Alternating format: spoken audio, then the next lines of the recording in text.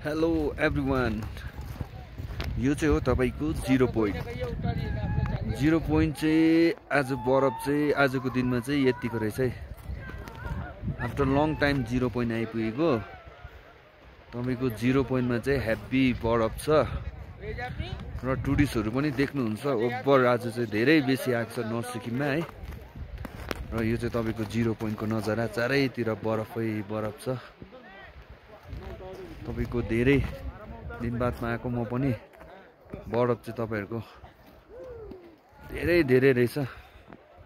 र तपाईहरु पनि भिजिट गर्न चाहनुहुन्छ भने चाहिँ नोभेम्बर डिसेम्बर चाहिँ तपाईहरुको बरफ चाहिँ तपाईको हेभी पाउनु हुनेछ भन्दै साथीहरु हेर्नुहोस्। यो चाहिँ टुरिस्टहरु धेरै मजा लिइरहेको छ यहाँ।